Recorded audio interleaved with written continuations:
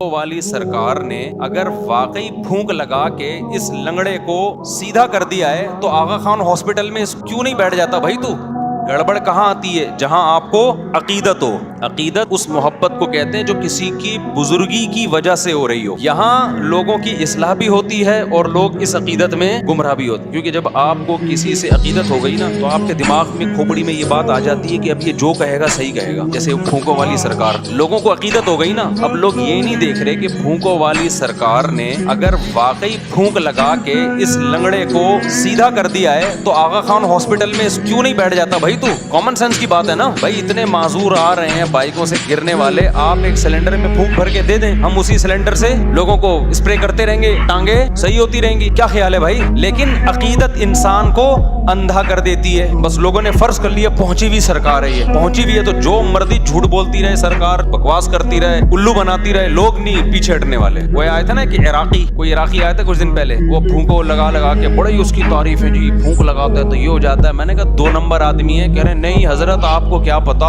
میں نے کہا بھائی کون سی کرامت کی قسم ہے؟ کرامت کا صدور کبھی کبھار کسی سے ہو جاتا ہے، وہ بھی بزرگ ہو۔ یہ تو آیا کرامت سینٹر کھولا ہوا ہے اس نے تو پورا، تو کرامت سینٹر کھول لیا اس نے بھائی پورا۔ تو اتنی کرامتیں تو قرآن میں اہل اللہ کی بیان نہیں ہوئی ہیں جی، ہر ایک کوئی ٹھیک کرتا جا رہا ہے اور جو مسئلہ ہو اس کا حل اس کے پاس موجود ہے۔ لیکن ہمارے بڑے بڑے لوگ متاثر تھے، اس کے بعد جب بھاگا ہے تو پتہ چلا کہ یہ بھی کرامت۔ عقیدت ہے انسان کو کیا کر دیتی ہے؟ اندھا۔ اللہ کرے بیوی کو شوہر سے عقیدت ہو جائے، یہ نہیں ہوتی، پتہ نہیں کیا مسئلہ ہے۔ محبت تو کرتی ہے، عقیدت نہیں۔ عقیدت کا مطلب کہ بھائی بس محبت ہے، میرے بچوں کا باپ ہے، زیادہ بزرگ نہیں مانتی اس کی جی، عقیدت میں پاگل ہو جائے کہ میرے بہت میاں بہت اچھے بچے کیا ہیں۔ بھائی محبت ہے مجھے، میرے بچوں کا باپ ہے، گیس بجلی کا بل دے دیتا ہے، بہت اچھا آدمی ہے، محبت ہے، اس وجہ سے بیوہ نہیں ہونا چاہتی، طلاق بھی نہیں چاہتی۔ عقیدت نہیں ہوتی ہے۔ عقیدت کس سے ہوتی ہے؟ علماء سے، بزرگوں سے، مذہبی رہنماؤں سے۔ اب جس سے عقیدت ہو گئی وہ اگر ٹھیک ہے تو آپ اس سے عقیدت کی وجہ سے ٹھیک ہو جاؤ گے، اور جس سے عقیدت ہوئی ہے وہ اگر 2 نمبر ہے تو آپ اس سے عقیدت کی وجہ سے گمراہ ہو جاؤ گے۔ اس لیے عقیدت بہت محبت کر لو جس سے چاہو، اتنا بھی نہیں ہے کہ جس سے چاہو کرو، لیکن اس میں وہ اتنی خطرناک چیز نہیں ہے۔ عقیدت کرنے سے پہلے نا، کسی کو اچھا سمجھنے سے پہلے،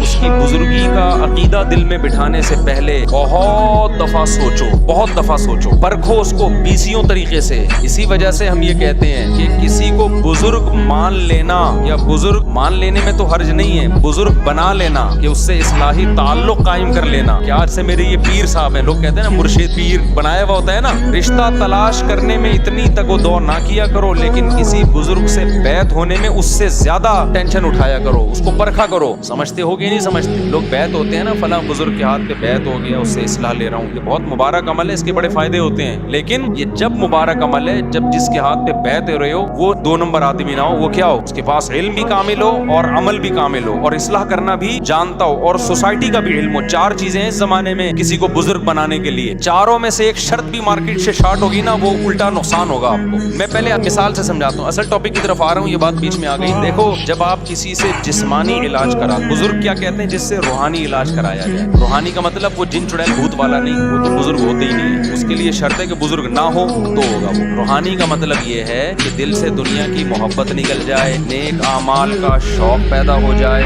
گناہوں سے نفرت ہو جائے، کبھی گناہ اگر خدا نخواستہ ہو جائے تو توبہ کے بغیر سکون نہ ملے، صدقات و خیرات کا جذبہ پیدا ہو جائے، دولت کی محبت نکل جائے، شہرت کی محبت نکل جائے، دنیا کو مسافر خانہ سمجھنا شروع کر دے، جنت کی لالچ پیدا ہو جائے، جہنم کا خوف پیدا ہو جائے، سستی کاہلی جو عمل میں ہو رہی ہے وہ سستی چستی میں تبدیل ہو جائے۔ اس عمل کو روحانی علاج اور اصلاح کہا جاتا ہے شریعت کی روشنی۔ انسان کی زندگی کے 2 پہلو ہیں، ایک جسمانی اور ایک روحانی۔ جسمانی ڈاکٹر کہلاتے ہیں، روحانی ڈاکٹر بزرگ کہلاتے ہیں۔ سمجھ میں آ رہی بات کہ نہیں آ رہی ہے؟ صحابہ کرام جسمانی علاج حکیم اور طبیب سے کرواتے تھے، روحانی علاج کے لیے اللہ نے کس کو بھیجا؟ محمد صلی اللہ علیہ وسلم کو۔ کیا مطلب؟ یزکیہم، نبی کا کام ہے ان کا تزکیہ کرنا، ان کو گناہوں سے پاک کرنا، توبہ کروانا، عقیدہ بھی پاک ہو جائے اور عمل بھی پاک ہو جائے، تو یہ روحانی۔ تو نبی کے بعد صحابہ روحانی معالج تھے، تابعین کے بعد تابعین، تبع تابعین کے لیے یہ سلسلہ سینہ بسینہ آج تک چلا رہے۔ یہ جو 4 سلسلے نا، نقش بندی، قادری، سہراوردی اور چشتی، چشتی، یہ چاروں سلسلے اسی کی کڑی ہیں کہ باقاعدہ پھر اہل اللہ نے، اللہ والوں نے اس کو باقاعدہ ایک مرتب کیا، اس کو ایک نظام بنایا. جیسے فقہ پہلے بکھرا ہوا تھا نا، فقہی مسائل، لیکن اس بکھرے ہوئے کام کو فقہا نے سمیٹ کے 4 سلسلوں میں بند کر دیا. حنفی، مالکی، شافعی، حنبلی، چاروں برحق ہیں. تو ایسے ہی جو اصلاح امت کا کام تھا نا، جس کو تصوف نام دیا جاتا ہے، یہ روحانی علاج کہا جاتا ہے، یہ بھی بکھرا ہوا تھا. تو یہ 4 سلسلوں میں کیا ہو گیا؟ بند ہو گیا. چشتی، قادری، سہروردی اور